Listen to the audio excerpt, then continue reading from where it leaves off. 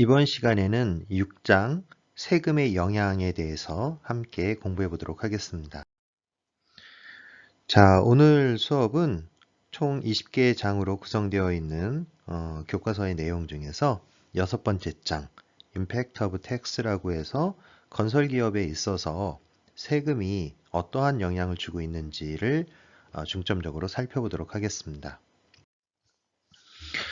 6.1에서는 Society and Taxation이라고 해서 기본적으로 사회와 세금이 어떠한 관계를 가지고 현재까지 이렇게 왔는가 하는 내용들을 좀 정리를 하고 있는데요. 주요한 내용들만 좀 발췌를 해보면 아래에 보면은 스핑크스와 피라미드에 대한 이렇게 사진들이 나오고 있는데요. 기본적으로 우리가 역사적 문헌에서 세금과 관련된 이야기를 가장 먼저 언급하고 있는 국가가 바로 이집트라고 합니다. 그래서 이집트의 고대 문서들을 보면 최초의 세금 기록들을 찾아볼 수가 있는데요. 이때 보면 농부들은 기본적으로 그네들이 경작한 농지의 면적에 따라서 세금을 납부하였다. 뭐 이런 기록들이 있다라고 하는 거죠. 그리고 다른 형태의 세금도 살펴볼 수가 있는데요. 일반적인 시민들은 부역의 의무가 있어서 뭐 예를 들면 아래 그림에 나와 있다시피 스핑크스나 피라미드 같은 것들을 건설을 할 때 시민들의 노동력을 무상으로 제공을 하는 뭐 이러한 의무가 있었다라는 거죠. 통상 그런 것들을 부역 의무를 가진다라고 얘기를 하고 있습니다. 이와 같이 인류는 고대 사회로부터 지금까지 끊임없이 세금과 관련된 여러 가지 상황들을 만들어내고 있는데요. 자, 다음 장에서는 이러한 세금이 우리가 하고 있는 비즈니스, 즉 건설 사업에 어떠한 영향을 미치게 되는가 하는 것들을 살펴보도록 하겠습니다. 자, 기본적으로 세금이 비즈니스에 미치는 가장 큰 영향은 한마디로 말해서 수익성에 영향을 준다라는 거예요. 자, 기업의 입장은 수익을 내는 것이라고 얘기할 수 있겠는데요. 자, 수익이 커지면 거기에 따라 가지고 납부를 해야 되는 세금도 커지는 거죠. 그래서 기본적으로 우리가 기업에서 우리가 만들어낸 매출에서 비용을 뺀 것만큼이 어떤 수익이라고 얘기를 할 수 있는데 결국 최종적으로 우리 손에 떨어지는 그러니까 순수한 이익은 그 수익에서 세금을 납부한 부분만큼을 제하고 나서 순수익이 계산이 되는 거죠. 그렇기 때문에 기본적으로 기업의 수익성이라고 하는 것은 그 기업이 납부해야 하는 세금의 액수가 얼마냐에 따라서 크게 영향을 받을 수밖에 없는 겁니다. 그래서 이후부터는 세금이 기업의 수익성에 어떻게 영향을 미치는지 하는 것들을 미국의 세금 시스템, 우리 교과서가 뭐 미국 사람이 쓴 거다 보니까 미국의 세금 시스템을 기반으로 해서 설명을 해 보도록 하겠습니다. 자, 그러면 도대체 왜 세금이라고 하는 것이 필요한 거냐? 세금의 필요성. 이 부분을 6.3에서 언급하고 있는데요. 기본적으로 세금이 필요한 이유는 이런 겁니다. 정부의 운영재정을 마련하기 위해서 또는 사회적 요구사항들을 충족시키기 위해서 뭐 도로도 건설하고 철도도 건설하고 뭐 항만이나 공항이나 이런 사회간접 시설들 같은 것들을 뭐 건설을 하거나 또는 뭐 복지를 유지를 하거나 이러한 용도를 위해서 세금이 필요하기 때문에 당연히 인류가 살고 있는 모든 사회에서는 이 세금이라고 하는 형태가 조금씩 외형은 다를 수 있겠지만 항상 존재해 왔던 거죠. 자, 기본적으로 이런 재원 마련의 마련에 대해서 세금의 기본적인 메인, 그러니까 주 목적이 있다라고 얘기할 수 있겠지만 부가적인 목적도 있을 수 있는데요. 바로 그것이 캠페인 목적입니다. 예를 들면 이런 캠페인 을 위한 그런 세금의 종류로는 담배세를 갖다가 고율로 매긴다든가 아니면은 기부금 낸 거에 대해서 공제를 한다든가. 그래서 고율의 담배세라고 하는 건 어떤 캠페인 효과가 있는 거냐면 금연을 해라 라고 하는 캠페인 효과가 있는 거죠. 그리고 기부금 낸 만큼을 우리 과세표준에서 제해준다, 즉 공제를 해준다라고 하는 것은 기부금을 많이 내라 뭐 이런 캠페인이라고 볼 수가 있는 거죠. 이런 공익적 측면에서 어떤 사람들에게 캠페인을 하기 위해서 세금의 역할이 부가적으로 사용이 되기도 합니다. 자, 6.4에서는 세금의 종류에 대해서 얘기를 하고 있는데요. 우리가 주로 다루게 될 세금은 바로 인컴 텍스라고 불리는 소득세들입니다. 기본적으로 사업자의 형태에 따라서 뭐 개인 사업자냐 아니면 법인 사업자냐에 따라서 소득세를 내는 그 종류는 좀 달라질 수 있겠지만 기본적으로 개인이나 법인의 모든 소득에는 세금이 부과된다고 볼 수 있겠습니다. 그래서 개인의 경우에는 종합소득세, 뭐 법인의 경우에는 법인세와 같은 형태의 세금을 내게끔 되어 있는 거죠.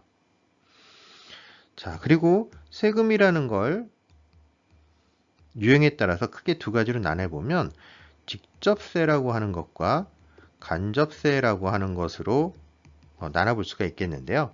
직접세라고 하는 것은 개인이나 법인이 가지고 있는 또는 벌어들인 소득이나 재산에 직접 부과가 되는 세금을 의미를 합니다. 그래서 소득이 많거나 재산이 많으면 더 많은 세금을 내는 형태가 되는 거죠. 바로 이런 것을 직접세라고 부릅니다. 다이렉트 텍스죠. 반면에 인다이렉트 텍스는 간접세라고 불리고요. 이 간접세는 제품이나 서비스에 부과돼서 간접적으로 그 제품이나 서비스를 이용하는 사람들이 부담하게 되는 세금을 얘기를 하는 겁니다. 예를 들면 뭐 부가가치세 같은 거죠. 우리가 하다못해 뭐 라면 같은 걸 하나 사 먹는다고 하더라도 이 안에는 10%에 해당하는 VAT, 부가가치세라고 하죠. Value Added Tax가 붙어 있는 거죠. 따라서 이런 간접세는 내가 소득이 많든 재산이 많든 그것과 관계없이 라면을 많이 사 먹으면 많이 내는 겁니다. 그래서 개인의 소득 수준과 관련이 없는 세금 부분이라고 볼 수가 있겠죠. 그래서 통상 이러한 직접세는 부의 재분배 효과가 있는 거고 반면에 간접세 부분에서는 이런 부의 재분배 효과가 상대적으로 없다라고 얘기할 수 있는 것입니다. 자, 세금에 대한 얘기를 하면서 디덕션이라는 표현들이 이제 앞으로 자주 나오게 될 텐데요. 텍스 디덕션이라고 하는 걸 우리나라 말로 번역하면 뭐 세금 공제 같은 겁니다. 그래서 뭐 개인이나 법인에게 있어서 필수적으로 소비돼야 되는 부분에 대해서는 세금을 매기지 않는 거죠. 예를 들면 연금이라든가 보험이라든가 교육비, 의료비 이런 것들에 대해서는 소득에서 공제를 하고 이 공제를 하고 난 나머지 금액에 대해서만 세금을 매긴다 라고 하면 이때 공제되는 항목들을 우리가 tax deduction이라고 얘기를 하는 겁니다.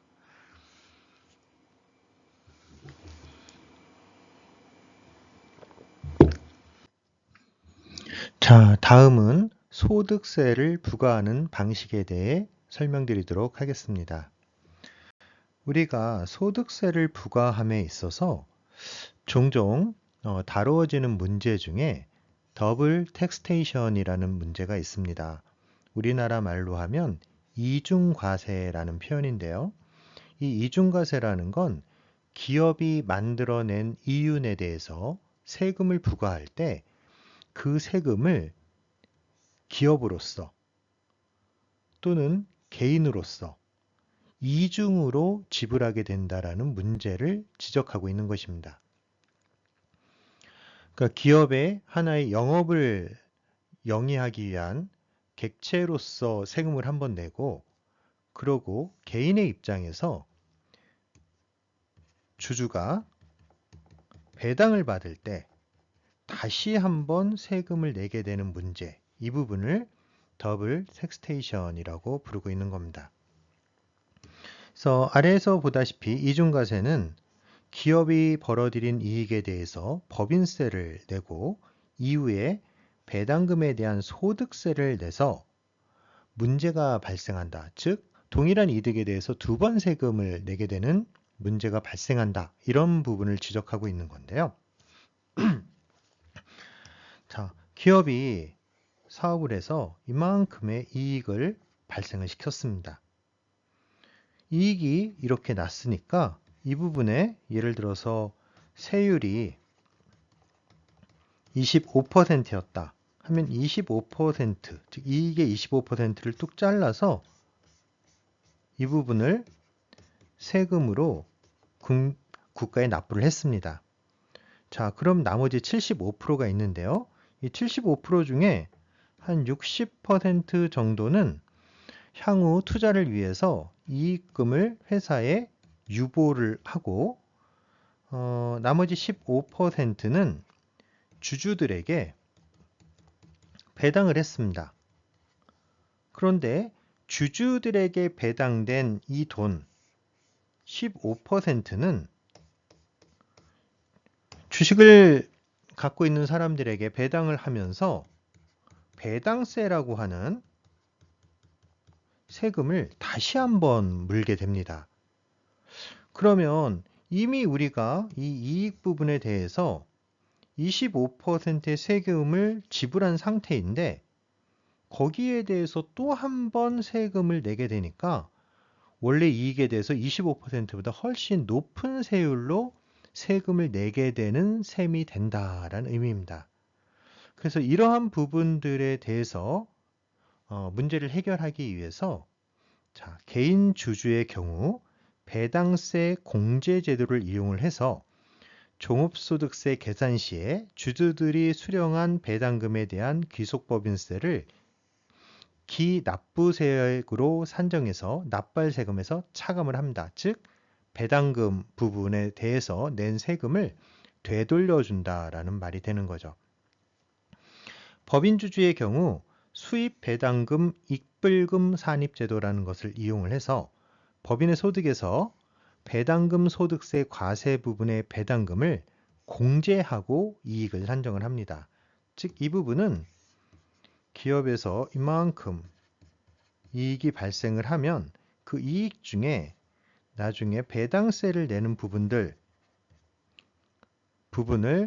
차감을 하고 이 나머지 부분, 이 부분에 대해서만 소득세 계산을 한다라는 의미입니다.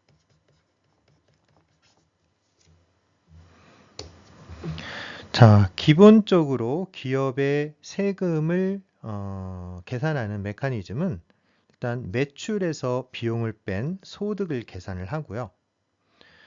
이거의 전체에 대해서 또 세금을 무는 건 아니고요. 과세소득이라는 걸 별도로 계산을 하는데 바로 이 매출에서 비용을 뺀 이 소득에서 일부분을 공제하고 즉 소득에서 공제 부분을 빼고 과세소득을 설정한 후에 여기에 일정한 세율을 곱해서 그걸 바탕으로 세금을 산출하게 되는 겁니다. 자, 공제에 해당하는 것들은 대부분 정책적 요구에 의해서 예를 들면 기업들의 R&D를 좀 활성화시키고 싶다라고 하면 R&D를 위해서 투자한 돈은 이익에서 감해준다. 뭐 이런 식의 논리를 가지고 공제를 해줌으로써 정부의 정책적인 요구사항들을 추진해 나가는데 이런 세금 제도가 보조를 하는 역할을 하는 거죠. 자, 결론적으로 말씀드리면 기업의 매출에서 비용을 빼고 다시 한번 공제를 뺀 후에 과세소득이라는 걸 만들고 이 과세소득에 세율을 곱해서 세금이 계산이 된다. 근데 이때 이중과세의 문제점들이 있기 때문에 이런 것들을 해결하기 위해서 배당액 세액 공제 제도나 수입 배당금 익불금 산입제도라는 것을 활용을 한다. 이것이 세금 계산 방식에 대한 요약 부분이 되겠습니다.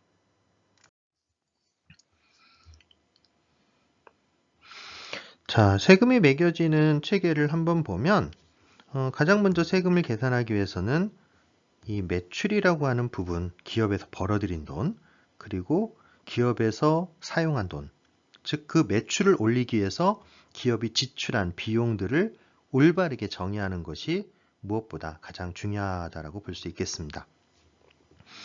기본적으로 건설 기업에 있어서 매출이라고 하는 건 특정한 프로젝트를 진행을 하고 거기에서 기성을 얻은 것, 그것이 바로 판매액이 되는 거죠.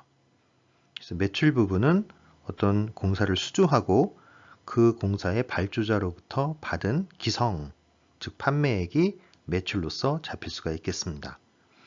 자, 반면에 비용이라고 하는 부분은 직접비와 간접비 부분으로 구별을 해볼 수가 있는데요. 먼저 직접비는 인건비나 장비비, 자재비, 하드급 비용 같은 것들을 예로 들 수 있겠고요. 간접비 부분은 본사 임직원 인건비나 사무실 운영비, 사무실 임대료 등의 경비들을 포함을 합니다. 그래서 우리가 기업의 세금을 계산하기 위해선 매출이라고 하는 부분과 비용이라고 하는 부분을 정확하게 계산을 해야 된다라고 얘기를 했는데요. 바로 이 매출에 해당하는 부분은 기성으로, 그리고 비용에 해당하는 부분은 직접비와 간접비 부분으로 나누어서 정확하게 산정을 해야 되겠습니다. 자, 그림 6.2에서는 인컴 스테이트먼트가 나와 있는데요. 푸드 컨스트럭션 컴퍼니라고 하는 데에 3분기에 해당하는 2000 몇 년도에 어떤 수입과 관련된 어떤 회계 장부를 보여주고 있죠. 그래서 이 장부를 뜯어보면 맨 위에 줄에 net sale이라고 이렇게 나와 있는데요. 대략 2100만 달러 정도가 적혀 있네요. 그렇죠? 자, 이 기업이 건설 공사를 하고 그 건설 공사에 대한 대가로 받아들인 기성 액수가 3분기 동안에 2100만 달러였다라는 걸 의미를 하는 거죠. 자, 비용 부분을 따지기 위해서 직접비 부분을 계산을 했는데요. 자, 직접비 봤더니 머티리얼, 자재 비용이죠. 레이버, 인건비, 그리고 하도급 비용 같은 것들이 해서 각각 요만큼 들었고 그걸 총계를 내봤더니 대략 1800만 달러 정도가 들었던 겁니다. 그래서 위에 있는 매출에서 여기 있는 직접비 부분을 빼면 그로스 프로핏이라고 불리는 이익 부분이 뽑혀질 수가 있는데요. 그게 대략 328만 달러 정도 되는 거네요. 자, 그 다음에 이제 간접비 부분에 경비를 계산하고 있는데요. Job Related Indirect Charge니까 그 공사와 직접적으로 관련이 있었던 간접비 부분들을 표현을 하고 있는 겁니다. 급여 부분, 그리고 뭐 사무소 운영 비용 같은 거죠. 교통비, 그리고 금융 비용, 그리고 기타 비용들 이렇게 구분을 해서 토탈을 내봤더니 56만 달러 정도가 됐다는 겁니다. 그리고 다른 유형에서는 Fixed Home Office Overhead라고 되어 있는데요. 이거는 본사와 관련된 경비라고 볼 수 있죠. 이거는 현장과 관련된 경비. 그래서 이렇게 두 부분으로 좀 가린다라고 볼 수 있겠습니다. 역시 본사 경비에도 뭐 셀러리나 그리고 홈 오피스 어드민 코스트에서 뭐 장비 같은 것들의 관리 비용들 같은 게 좀 포함이 되고요. 법적인 비용 아니면 회계적인 비용 이런 서비스를 받는 비용들이죠. 법률과 회계 서비스 그리고 임대 비용 그리고 6번에 감가상각 비용이 들어가게 됩니다. 감가상각에 대해서는 후반부에 조금 더 자세하게 살펴볼 기회가 있을 거예요. 자, 이렇게 해서 토탈 픽스드 오버헤드 부분이 대략 126만 5천 달러 정도 되겠고요. 자, 이거를 갖다가 위쪽에 있는 그로스 프로핏에서 이제 제해해 줘야겠죠. 이 부분을. 그래서 계산을 했더니 대략 토탈 오버헤드가 총 경비가 두 개를 더해야 되겠네요. 그쵸? 요 놈과 요 놈을 더해서 요 놈 더하기 요 놈 해가지고 요걸 계산하고 그거를 그로스 프로핏에서 빼준 금액이 145만 달러가 되는 겁니다. 그래서 145만 달러가 결국 세전이익이 되고 이게 과세 대상 소득이 되는 거죠. 여기에 일정 세율이 곱해져서 세금이 계산될 텐데 그렇게 계산된 세금이 50만 9천 달러 정도 되니까 대략 세율이 한 35% 정도? 뭐 이 정도라고 볼 수 있겠네요. 그쵸? 그래서 마지막으로 이제 세전이익에서 세금을 내고 파이널로 남은 금액을 봤더니 94만 5,627달러가 세후수익, 즉 순수한 이익으로 남았다. 뭐 이렇게 수익과 관련된 회계장부를 정리한 사례를 보여주고 있습니다.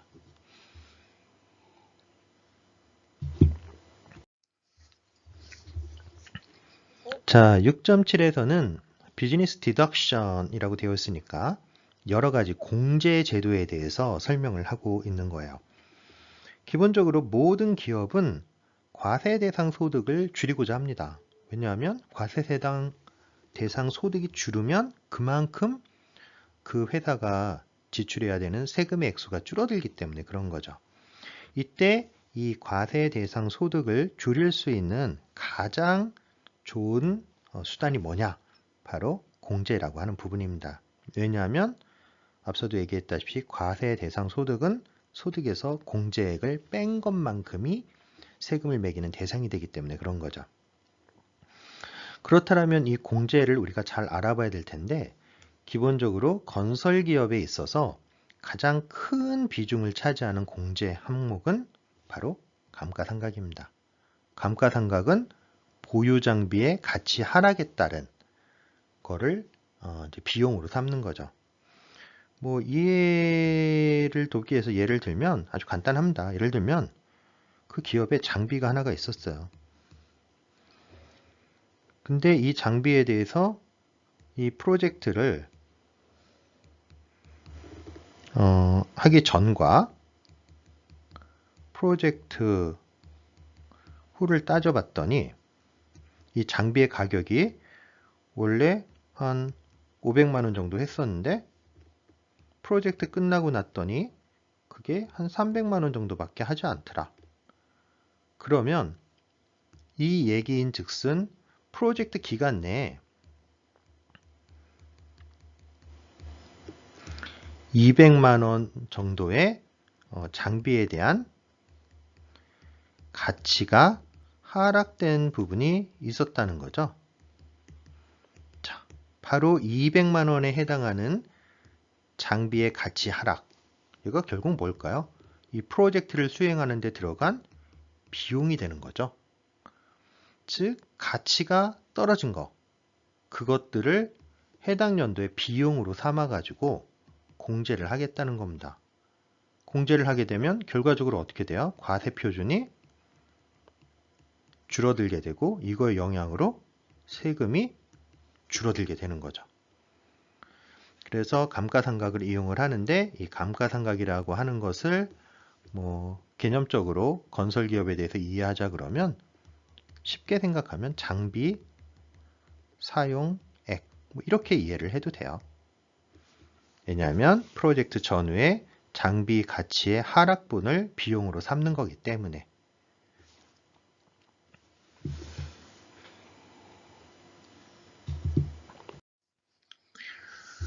자, 6.8에서는 납세자 유형에 따라서 세금이 어떻게 좀 이제 다르게 적용이 될 수가 있는데 그러한 납세자의 유형들에 대해서 한번 살펴보도록 하겠습니다. 이 경우에는 뭐 법인에 대한 건 아니고요. 개인에 대한 납세자의 유형을 살펴보자 하는 거예요. 가장 간단한 게 싱글, 보통 미혼 개인이라고 번역을 할 수 있겠는데요. 이 경우에는 다른 유형의 납세자들에 비해서 상대적으로 더 많은 세금 부담을 하게끔 과세 시스템이 설계가 되어 있습니다.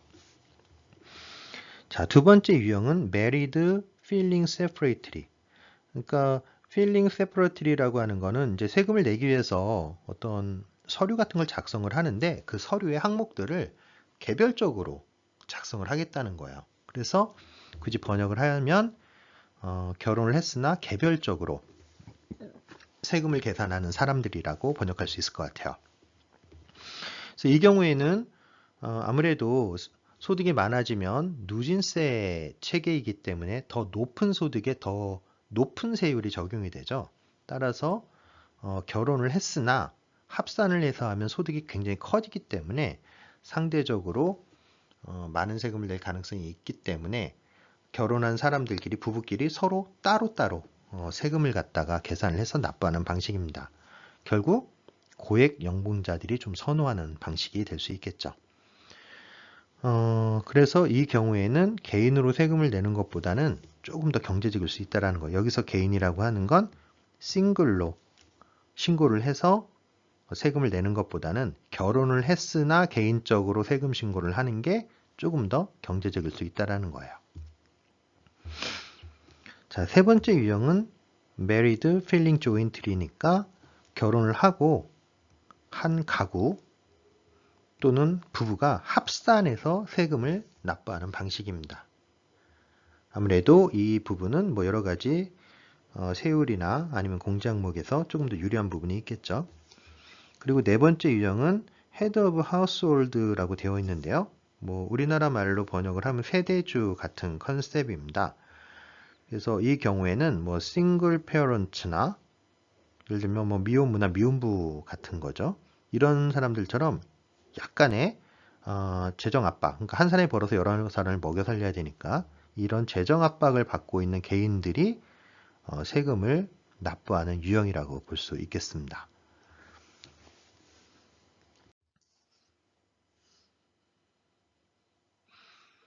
자, 6.9에서는 Itemized Deduction, Standard Deduction, 그리고 Personal Exemption이라고 해서 몇 가지 항목들을 배우게 될 텐데요. 뭐 우리나라 말로 번역을 해서 뒤에 가서 좀 보겠지만 이거는 뭐 개별 공제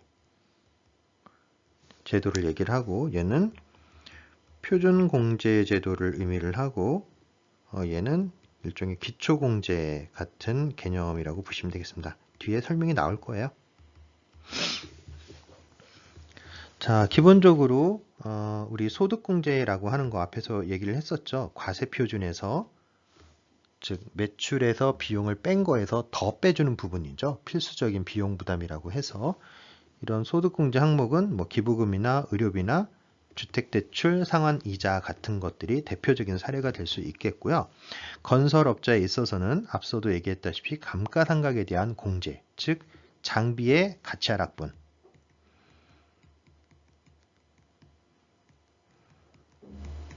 이것을 비용으로 공제받는 감가상각이 가장 중요하다라고 얘기를 했어요.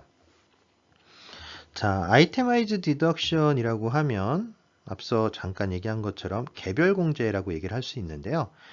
공제 항목이 소득공제나 기부금이나 의료비나 뭐 대출, 주택대출 상환 이자 같은 게 있으면 이걸 개인적으로 서류를 하나하나 준비를 해가지고 준비된 금액만큼 공제를 받는 방식을 의미를 하는 거예요. 이러려면 아무래도 서류도 오랫동안 준비를 해야 되겠고 뭐 관리 비용도 좀 많이 들고 하겠죠. 그러다 보니까 특별한 납세자 유형에 대해서는 어느 정도의 평균의 개념이 있지 않을까라고 사람들이 생각을 한 게 된 거죠. 그래서 그런 경우 스탠다드 디덕션이라는 걸 사용을 합니다. 이건 표준공제라고 얘기를 할 수 있는데요. 앞서 얘기한 것과 같이 개별 항목별로 공제액을 계산하지 않고 그냥 어떤 유형의 사람이라고 하면 얼마라고 그냥 표준공제액을 정해서 서류를 내든 내지 않든 딱 맞춰가지고 공제를 해주는 거예요. 일종의 유형별 평균 공제 금액의 개념이라고 볼 수 있겠습니다. 자, 만약에 본인이 공제 금액이 굉장히 많다. 그러면 어떤 방법을 쓰겠어요? 개별 공제를 쓰겠죠. 근데 공제 금액이 평균보다 좀 작다. 그럼 개별 공제 할 필요 없이 표준 공제를 이용을 하는 게 더 이익일 수 있다는 거예요. 자기 원래 개별적으로 했으면 더 적은 금액을 공제를 받는데 표준 공제를 함으로써 평균 정도는 받을 수 있게 됐으니까. 반대로 공제해야 될 돈이 많은 사람들은 개별 공제를 하는 게 더 이익인 거죠. 왜냐하면 표준 공제를 하면 자기 원래 공제받을 돈보다 더 적은 금액을 공제를 받게 되기 때문에 그런 것이죠.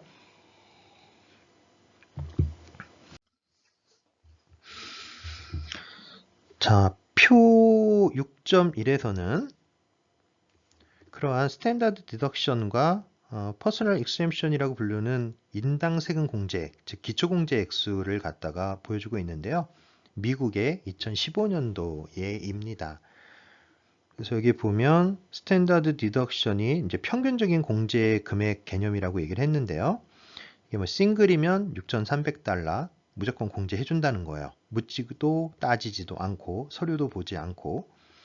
그리고 메리드 필링 조인트리냐 아니면 세퍼러트리냐에 따라서 12,600, 6,300이니까 그건 뭐 그냥 곱하기 2 한 거죠.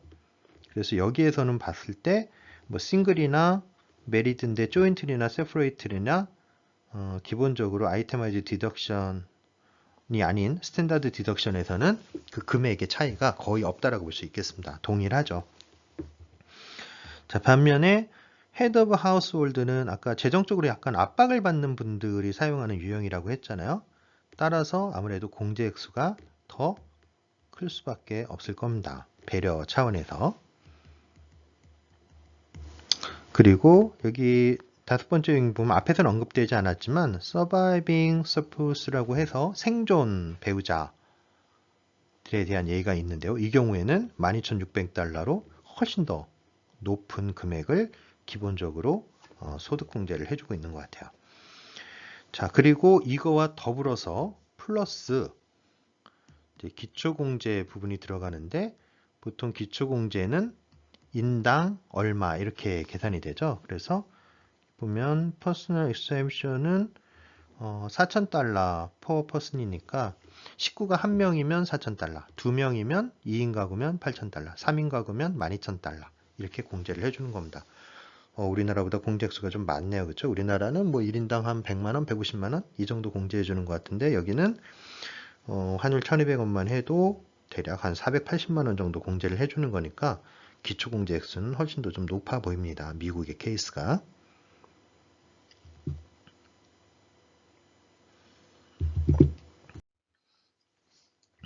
자, 6.10에서는 건설기업에 있어서 감가상각이라고 하는 것이 왜 중요한가 하는 것들을 좀 언급을 하고 있는데요. 자, 앞서도 말씀드렸다시피 감가상각은 장비 등의 자산 가치 하락을 반영을 하는 것입니다. 그리고 기본적으로 그 프로젝트 또는 그 비즈니스를 수행하기 위해서 필요한 모든 자산의 감가상각에 적용을 해야 돼요. 그래서 이런 것들은 예를 들면 컴퓨터라든가 가구라든가 중장비, 부동산 등등 여러 가지가 될 수가 있는 것이죠.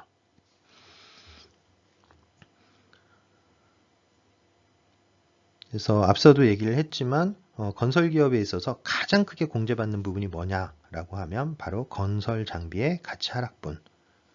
그것을 반영하지 않으면 반영하지 않은 만큼 더 높은 세금을 내기 때문에 결국 건설기업의 수익성이 낮아질 수 있는 거죠. 따라서 반드시 모든 감가상각이 가능한 자산들은 반드시 감가상각비를 회계장부에 반영을 해서 공제를 받고 그만큼 세금을 적게 내는 방법이 바로 회사의 수익성을 높일 수 있는 유일한 방법이라고 또는 뭐 가장 중요한 방법이라고 계속 반복적으로 이야기하고 있는 것입니다. 참고로 감가상각이 왜 세금을 줄이는데 효과적인가 하는 부분들을 사례를 들어서 한번 살펴보도록 하겠습니다. 자, 어떤 기업이 있는데요. 이 기업이 특정한 프로젝트를 진행하기 위해서 초기 투자로 500원이 투자가 되었습니다. 이 초기 투자에 대한 대가로 기업을 또는 프로젝트를 운영을 해서 1년, 2년, 3년, 4년, 5년 각 연도마다 이렇게 200원씩 수익을 발생을 시켰습니다. 이 순수익은 매출에서 비용을 뺀 그 부분이라고 이해를 하시면 되겠습니다.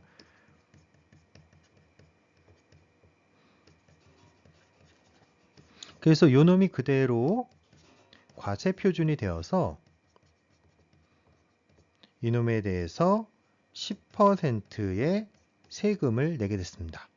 자, 세금이라고 하는 이 소득세율은 기본적으로 연 단위로 부과가 되기 때문에 과거에 얼마나 적자가 많이 났었는지 흑자가 많이 났었는지는 그렇게 중요하지 않습니다. 당해년도에 얼마만큼의 이익이 발생했는가 하는 부분들만 이슈가 되죠.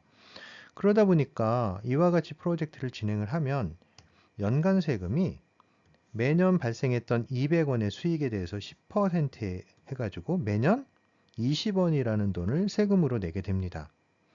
자, 이렇게 세금을 내고 나서 보니까 이 사업자가 너무 억울한 겁니다. 왜냐하면 수익은 해당 연도로 보면 200원이 났지만 이 200원이라는 수익을 내기 위해서 초기 투자가 무려 500원이나 있었다라고 하는 부분을 전혀 반영하고 있지 않기 때문에 그런 겁니다. 그래서 이 억울함을 해소하기 위해서 초기 투자비를 연간 운영비화, 즉 연간 운영비로 변환을 시킴으로써 세금을 절세하는 제도를 만들어낸 것이 바로 감가상각 공제 부분입니다. 구입자산의 가치를 매년 100원씩 감소를 시켜서 이 감소된 비용을 마치 해당 연도에 발생한 비용처럼 만들어 버리는 게 감가상각이에요. 그래서 초기 투자가 있었던 500원을 5년으로 나누어서 매년 100원이 비용이 들어간 것처럼 이 부분에 이렇게 표시를 합니다. 그러면 실제적으로 계산되는 과세 표준은 과거에 매출에서 비용을 빼고 거기에 다시 한번 공제 부분을 빼는 거니까 이 공제가 바로 감가상각 아니겠습니까? 그래서 매년 수익 200에서 감가상각 100원을 빼면 결국 100원이라는 돈이 과세 표준이 되고요. 이 줄어든 과세 표준의 10% 세금을 물게 되면 우리가 내야 되는 연간 세금은 10원으로 줄어들게 되는 겁니다. 자, 그래서 감가상각의 의미를 좀 풀어서 해석을 해보면 구입한 자산의 가치를 감소시켜 운영기간 동안의 비용으로 처리함으로써 세금을 줄이는 방식으로 비용 지출을 보상함이라고 해석할 수 있는 거죠. 자, 예를 들어서 이게 건설공사다. 근데 여기에 어떤 A라는 장비가 하나 투입이 되었어요. 근데 이 5년짜리 공사를 하면서 최초에 투입될 당시에는 이 A 장비가 5,000원이었는데 이 A 장비가 5년 후에 즉 공사를 마치는 시점의 가치로 따져보니까 4,500원밖에 안 하는 겁니다. 그러면 기간 내에 이 500원이라는 가치가 감소했잖아요. 바로 이 부분을 우리는 감가상각이라고 얘기를 하는 거고요. 이 감가상각을 5년으로 나누어서 마치 매년 발생하는 비용처럼 만들어버리면 그것이 바로 연간 운영비화 시켰다는 의미고, 그를 통해서 과세 표준을 줄이고 최종적으로는 세금을 줄이는 효과가 있기 때문에 이 감가상각이 중요한 의미를 갖는다라고 말씀드릴 수 있는 겁니다.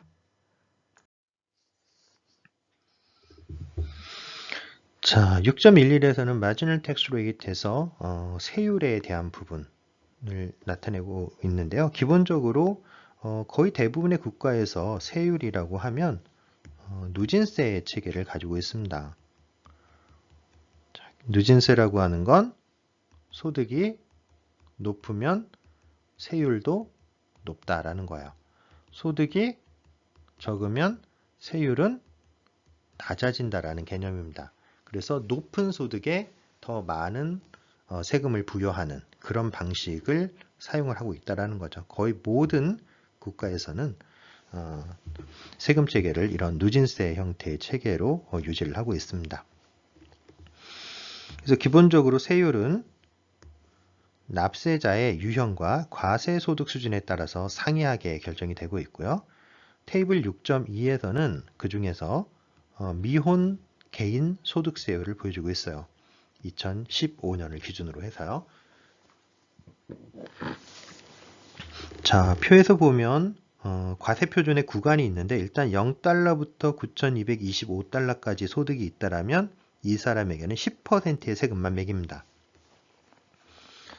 자, 그 다음에 9,226달러부터 37,450달러까지는 922.50달러 플러스 15% 9,225 오버니까 9,225달러를 초과하는 급여에 대해서는 15%, 9,225까지는 10%니까 요 금액은 어떻게 나온 거냐면 9,225 곱하기 0.1 한 거죠. 요거랑 요거를 곱한 값입니다. 그래서 예를 들어 가지고 이 사람이 뭐 만불을 소득을 했다. 그러면 세금 계산하는 건 922.50 더하기 만 마이너스 9,225 곱하기 0.15 이런 형태가 되는 거예요. 그래서 전체 $10,000에 대해서 곱하기 0.15가 되는 것이 아니라 이 초과분에 대해서만 기본적으로 0.15, 즉 15%의 세금이 계산이 되는 거죠. 이후에도 과세 구간에 따라 가지고 같은 로직이 계속 적용이 됩니다. 그래서 최저 10%부터 15, 25, 28, 33, 35, 39.6 해서 최고 세율이 39.6%로 되어 있어요.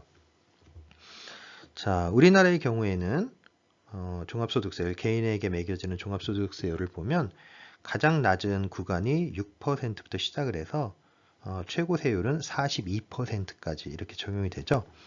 자, 이걸 보면 상대적으로 개인에 대한 소득세율은 미국보다 우리가 살짝 더 큰 차이는 나지 않지만 약간 더 높은 수준이다 라고 이야기할 수 있을 것 같아요. 자, 테이블 6.3에서는 싱글에 대한 게 아니라 메리드인데 조인트리랑 세퍼레이트리 그리고 재정적 어려움을 좀 겪고 있는 그런 세대주들에게 적용되는 세율 뭐 이런 거로 좀 보여주고 있는데요. 자, 10%, 15, 25, 28, 33, 35, 39.6 같지만 여기 보시면 과세 구간이 조금 더 이렇게 높게 적용돼 있죠. 개인보다는. 즉 개인에 비해서 조금 더 같은 금액이라면 낮은 세금이 매겨진다라고 볼 수 있는 것 같아요. 그 위에 표를 그대로 나누기 2를 하면 아래 표랑 거의 유사한 것 같아요. 그렇죠? 그러니까 이거 조인트리는 부부가 두 명이 합산을 하는 거고 얘는 두 명이 각각이니까 합산한 거를 나누기 2 하면 유사한 값들이 나오게 되겠죠.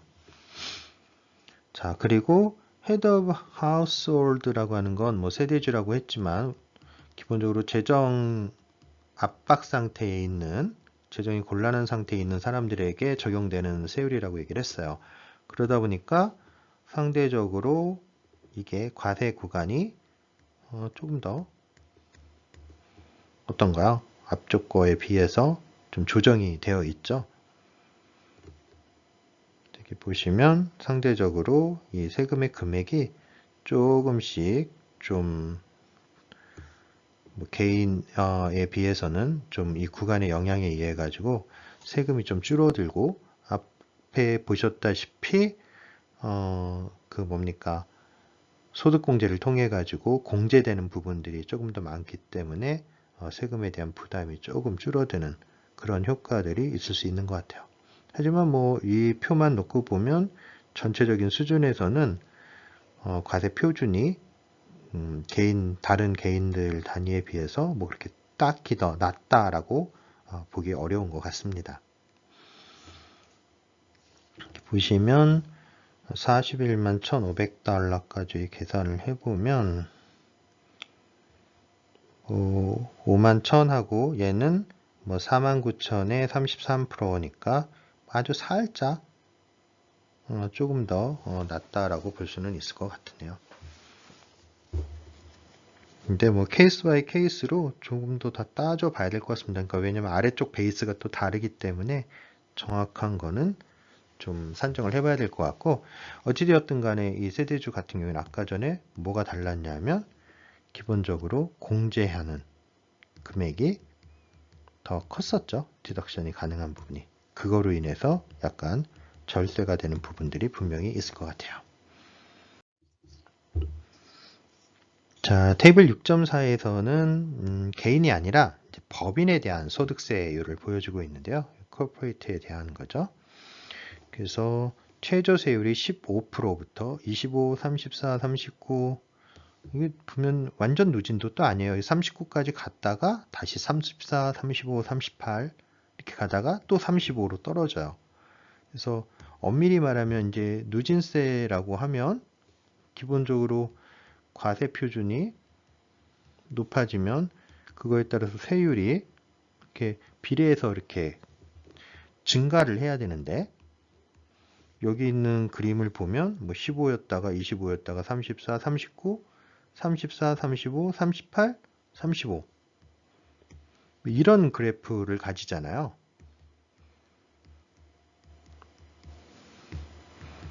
엄밀히 말하면 완벽한 이 누진세 체계다라고 보기에는 좀 어렵죠. 한 세모 정도. 이게 완벽한 누진세 체계라고 하면 아마 역세적인 어떤 이유가 있을 겁니다. 이 부분에 대해서는. 자, 우리나라의 경우에는 법인세 같은 경우 10%에서 최대 25%까지의 세금을 매기고 있어요. 그래서 우리나라와 미국을 좀 비교를 해본다라고 하면 상대적으로 미국이 우리나라보다는 훨씬 높은 그런 법인세율을 가지고 있다라고 평가할 수 있을 것 같습니다. 자, 참고로 미국의 법인세 소득세율을 살펴보면 법인소득세는 두 군데에 내게 되어 있습니다. 미국은 연방 국가이기 때문에 중앙정부에 내는 세금이 있고 속해 있는 주에 내는 세금이 있죠. 우리나라로 보면 우리 보통 소득세 내고 거기에 플러스 지방세를 내게 되잖아요. 그 지방세에 해당하는 부분이 주 법인세라고 이해할 수 있을 것 같아요. 자, 이렇게 연방세율을 먼저 살펴보면 이 트럼프가 집권하면서 미국의 법인세율을 21%로 낮췄죠. 과거에는 35%였던 법인세율이. 그래서 현재는 좀 많이 낮아져 있는 상황이고요. 법인세율의 변화를 보면 실제로 명목적으로는 이와 같은 법인세율을 갖고 있지만 여기가 50% 선입니다. 공제 부분을 빼고 실효적인 세율을 따져보면 뭐 그거보다는 조금 이렇게 낮은 요 정도 수준을 유지하고 있다고 볼 수 있습니다. 자, 모든 기업은 미 연방에 속해 있기 때문에 연방 소득세는 동일하고요. 반면에 주에 내는 법인 소득세는 달라질 수 있는데요. 이 주에 내는 세율들을 한번 주별로 살펴보면 이렇게 회색으로 되어 있는 부분들은 이게 주에서 별도로 소득세를 부과하지 않는 주들이죠.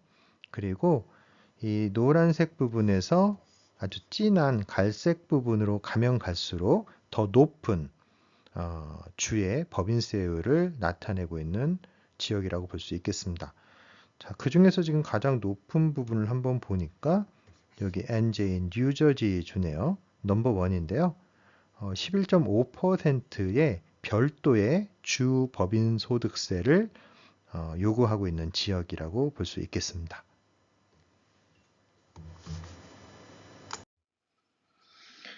자, 6.12에서는 텍스 크레딧이라고 해서 세액공제 부분을 얘기를 하는데요. 이 세액공제는 앞에서 얘기한 디덕션, 소득공제와는 좀 차이가 있어요. 세액공제는 소득이 아닌 세금에서 차감을 한다라고 되어 있죠. 그래서 기본적으로 세금을 계산하는 체계를 보면 소득에서 기본적으로 공제를 빼면 이게 과세표준이라는 게 되죠. 과세표준에다가 세율을 적용을 하면 세금이 계산될 수 있는데요. 이 세금에서 세액 공제 부분을 빼줍니다. 이렇게 계산된 세금에서. 그러면 이게 바로 최종 납부액이 되는 거예요. 이때 이 공제는 세액공제랑 대비해서 얘기를 할 때 통상 소득공제라는 표현을 써요. 소득에서 빼주기 때문에. 얘는 세액공제라는 표현을 쓰는데 왜냐하면 세금에서 빼주니까. 그래서 디덕션은 소득에서 빼주는, 그래서 과세 표준을 줄이려고 하는 역할을 하는 거고, 반면에 세액공제라고 하는 것은 일단 세금을 계산한 이후에 세금에서 감액이 되는 부분. 그래서 이 부분이 좀 차이가 있고, 이 체계는 뭐 우리나라 세법 체계에서도 동일하다라고 볼 수 있겠습니다. 자, 6.13에서는 임금소득자의 원천징수에 대해서 좀 설명을 하고 있는데요. 기본적으로 임금소득자는 소득세가 정확하게 12달의 월급을 다 받기 전까지는 얼마인지 모르기 때문에 그냥 대략적으로 선납입을 한 다음에 후 정산을 하게 됩니다. 그래서 우리나라 직장 근로자 같으면 항상 연말정산이라는 게 있죠. 당인연도 1월부터 12월까지 소득을 모두 합산한 다음에 매달 냈던 세금을 바탕으로 좀 더 많이 냈는지 적게 냈는지를 따져가지고 많이 냈으면 좀 돌려주고 적게 냈으면 더 내는 이런 정산 체계를 갖게 되는데 이걸 바로 tax payroll withholding이라고 부르는 개념이라고 볼 수 있겠습니다. 자, 기본적으로 임금소득자는 소득세를 연말정산을 통해서 과납분과 미납분을 정산을 하게끔 되어 있다라는 거죠. 그래서 과납분이 있다라면 돌려받고 미납분이 있으면 더 내고 이런 체계를 갖고 있다라는 거예요. 근본적인 이유는 월급을 받을 때 소득이 확정되지 못했기 때문에 그런 겁니다. 그럼 언제 소득이 확정이 되느냐? 연말이 되어야지만 소득 확정이 되고 이래야지만 정확한 세금 계산이 가능하기 때문에 그런 거예요. 따라서 연말에 한번 정산을 함으로써 과납분과 미납분을 정리를 하는 기회를 갖는 거죠.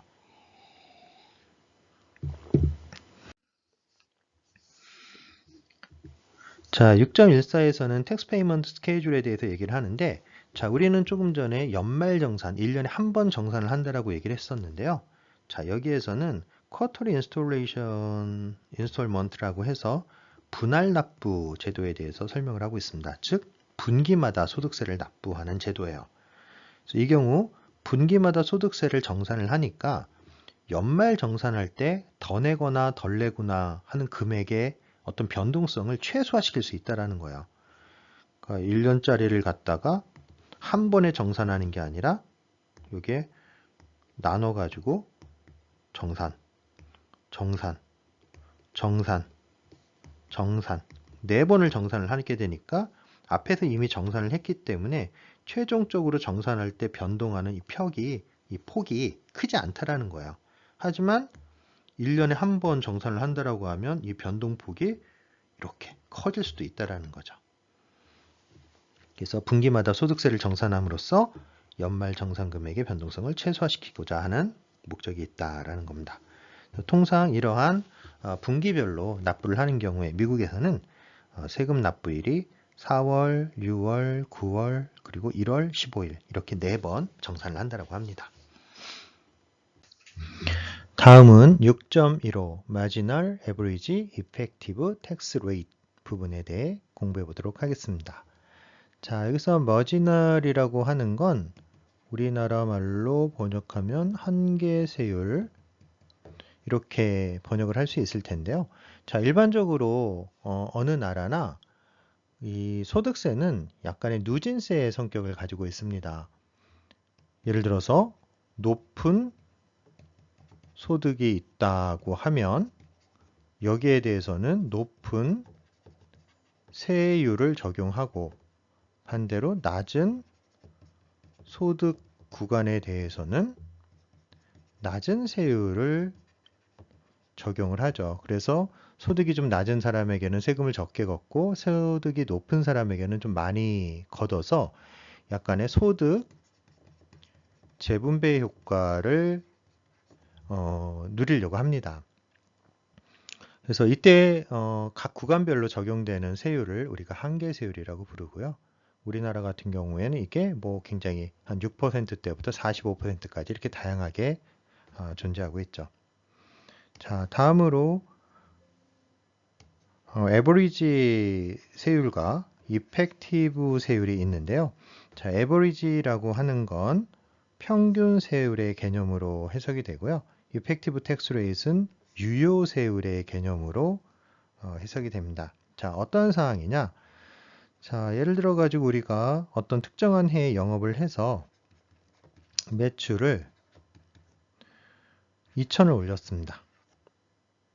그리고 이 매출을 올리기 위해서 비용을 1,000을 들였습니다. 그리고 우리 회사가 특별한 R&D를 추진을 해서 공제를 그 R&D 한 부분에 대한 공제를 500만큼을 받았어요. 그리고 세율은 10%입니다. 자, 이러한 상황에서 우리가 과세 표준을 계산해 보면 과세 표준은 매출에서 비용을 빼고 다시 한번 공제를 뺀 형태잖아요. 그러니까 2,000에서 1,000을 빼고 500을 빼고 나면 500만 남게 되고, 예를 들어서 세율이 10%라고 지금 하면 500에 대해서 50만큼의 세금을 내게 되는 겁니다. 자, 이렇게 되면 지금 평균 세율이라고 하는 거 10%라고 얘기를 할 수 있는데요. 왜 10%냐? 과세 표준이 500이고 실제 낸 세금이 50이기 때문에 이걸 계산을 해보면 10%. 그래서 우리가 알고 있는 일반적인 세율이 바로 평균 세율의 개념이 되는 거죠. 그래서 이때 텍스 레이트를 계산을 할 때 실제 낸 세금을 과세 소득으로 나누어진 값이 바로 에버리지 텍스 레이트입니다. 반면에 유효세율이라고 하는 건 우리가 낸 세금을 나눠줄 때 분모를 전체 소득으로 잡아요. 자, 이렇게 따지면 실제 낸 세금은 50이지만 우리가 전체적으로 벌어들인 매출은 저기에서 보면 매출에서 비용을 뺀 부분, 공제 전이니까 바로 1,000이 되겠죠. 따라서 공제 부분을 빼고 생각을 해보면 5% 정도밖에 비율이 나오지가 않죠. 이 차이가 일어나는 이유는 바로 공제 부분을 포함을 했느냐, 포함을 하지 않았느냐에 따라서 달라지게 되는 겁니다. 그래서 우리가 지금 1,000이라는 돈을 벌었는데 거기에 대해서 10%를 내는 것처럼 보이지만 실제로는 10%가 아니라 5%만 내고 있다라는 거죠. 그래서 우리가 알고 있는 일반적인 세율을 평균 세율 10%라고 한다면 공제 부분을 모두 감안을 해서 최종적으로 계산되는 이 감춰진 실효세율은 5%에 지나지 않는다. 그리고 그것의 원인은 바로 세액공제와 소득공제로 인해서 세율이 감소하기 때문이다 라고 말씀드릴 수 있는 겁니다. 그래서 이러한 실효세율과 평균세율, 즉 명목세율과의 차이를 한번 따져보면 실제로 우리나라의 법인세는 뭐 22%를 유지하다가 25%까지 법인세율이 높아지긴 했으나 실제로 여러 가지 공제 부분을 제하고 나면 실효세율이 나오게 되는데 그 수준은 대략 한 17% 내외 정도. 최근에 세율이 좀 올라가서 뭐 한 18%, 과거 17%에서 한 18% 수준이 우리나라 법인세에 대한 실효세율이다라고 말씀드릴 수 있겠고요. 근로소득세에 대한 실효세율은 뭐 우리가 최저 6% 구간부터 45% 구간까지 있기는 하나 이것은 평균세율, 즉 명목세율의 개념이고 유효세율은 현재 6.5% 수준이기 때문에 우리나라가 그렇게 개인에 대한 소득세율이 높은 나라는 아니다 라고 말씀드릴 수도 있을 것 같아요. 자, 이렇게 한계세율의 개념, 그리고 평균세율 또는 명목세율에 대한 개념, 그리고 유효 또는 다른 말로 실효 세율에 대한 개념, 이런 부분들을 차이점을 알고 계시면 좋을 것 같습니다. 자, 6.16 요약입니다. 이번 챕터에서 우리 어떻게 세금이 계산되는가, 그리고 건설기업에 있어서 자산의 가치 하락으로 인한 감가상각이 중요하다라는 얘기를 했었고요. 개인의 소득세나 법인의 소득세, 그리고 공제에서도 소득공제와 세액공제 이런 것들에 대해서 개념을 살펴봤고요. 어쨌든 기업에 있어서 이 세금의 문제는 매우 복잡하고도 관리하기 어려운 분야예요. 그래서 기업에서는 통상 CFO라고 하는 Chief Financial Officer를 둬서, 즉 최고 회계관리자 또는 최고 재무관리자, 이런 표현들을 쓰죠. 그래서 이 CFO가 책임을 지고 기업의 세금을 어떻게 하면 최소화시킬 수 있을까? 세금을 최소화한다는 얘기는 무슨 얘기라 그랬죠? 수익성을 최대화한다라는 얘기이기 때문에 바로 이러한 세금 관리 부분을 CFO에게 담당을 시켜서 중요한 관리 항목으로서 관리를 하고 있습니다.